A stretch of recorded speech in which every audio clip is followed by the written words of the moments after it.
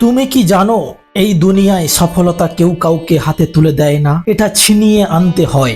কতবার তুমি চেষ্টা করেছো তা গোনা অর্থহীন, শুধু একবার সফল হওয়ার অপেক্ষা। আমি জানি সফলতা ছিনিয়ে আনতে হয়। আমি কতবার চেষ্টা করেছি তা কোনো গুরুত্ব বহন করে না। যদি আমি সফল হই তবেই সেই চেষ্টার দাম আছে, না হলে আজকের আমার পোশাকের কোনো মূল্য নেই। সফল হলে আমার ছেঁড়া লুঙ্গিও জাদুঘরে ঠাঁই পাবে। আমার গায়ের রং যাই হোক না কেন, কিংবা কোনো কাজে সফল বা বিফল হোক না কেন, নিজের খাবার নিজেকেই জোগাতে হবে। সফল আমাকে হতেই হবে। এই দুনিয়ায় এমন অনেক উদাহরণ আছে যারা একসময় কিছুই ছিল না, পরে সব পেয়েছে। কারণ তারা ভাগ্যবান ছিল না, তারা ছিল পরিশ্রমী ও আত্মবিশ্বাসী। মানুষ কি ভাববে সেই ভয়ে কাজ বন্ধ রাখা যাবে না, কারণ মানুষের সেই ভাবনার চেয়ে নিজের পেটের ক্ষুধা অনেক বেশি কষ্ট দেয়। আমি জানি রাতের শেষে সূর্য ওঠে, তেমনি সমস্যা ও ব্যর্থতার পরেই সফলতা আসে। যারা ভীতু তারাই সমস্যা ও ব্যর্থতা থেকে পালিয়ে থাকে, মনে করে সমস্যা শেষ হয়ে যায়।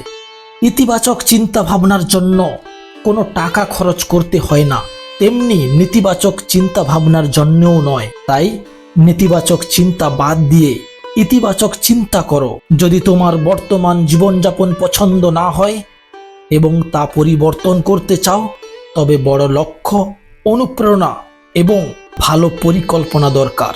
নতুন দক্ষতা শিখতে হবে এবং জীবনের প্রতিটি ক্ষেত্রে তা কাজে লাগাতে হবে। প্রতিটি দিনকে ভালোবাসো, আনন্দের সাথে স্বাগত জানাও।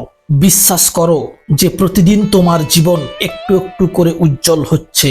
ব্যর্থতার জন্য নিজেকে দায়ী করো এবং সফলতার জন্য অন্যদের কৃতজ্ঞতা প্রকাশ করো। আমি পারবো এই বিশ্বাস হৃদয়ে গেঁথে নাও। সফলতার পথে তোমার জন্য নাটকীয় মুহূর্ত অপেক্ষা করছে, এ কথা মনে রেখে এগিয়ে যাও। অন্যরা তোমাকে নিয়ে কি ভাবছে তা নিয়ে চিন্তা করো না, কারণ দিন শেষে তোমার সফলতাই তোমার পরিচয়। তুমি যখন সফলতার শীর্ষে পৌঁছবে, তখন তোমার গল্প হবে অন্যদের জন্য অনুপ্রেরণা।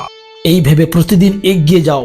সবসময় মনে রেখো, সফলতার পথ কখনো সহজ নয়, কিন্তু এটি সেই পথ যা তোমাকে সত্যিকারের শক্তি এবং আত্মবিশ্বাস দেবে।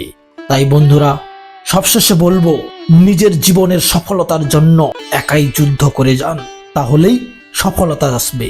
বন্ধুরা, ভিডিওটি যদি ভালো লেগে থাকে তাহলে লাইক ও সাবস্ক্রাইব করতে ভুলবেন না। ধন্যবাদ।